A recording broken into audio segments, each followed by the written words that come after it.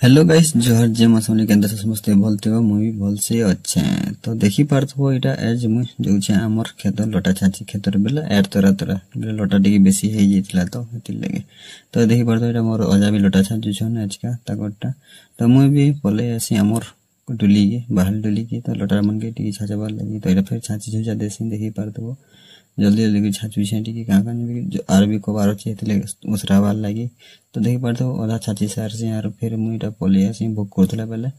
बासी दुई राखे तो इटा आइছে हमर बासी मिचा कचा मिचा चिटकी चिटकी और बासी दुई राखे कह देसी आर फिर पले आसी मु हम लटा छाची तो सारी सुरा कर फिर मु पले आसी काट कुटी दुरा आनी कर घर के तो घरटा नी देखिन फिर पले आनी हमर कबा बोरा धरी बेला हमरटा नी से मरजा घरटा का करके पैन पुनी टिके छाणी छे तो हेति लागे कपा बरा धरी देसुम बोली करी जल्दी करी पले आसी देखि पार तो कपा बरा में धरा धरी करू छु कब धरा धरी से सारसी आरटा फिर पले आसु घर के देखि पारू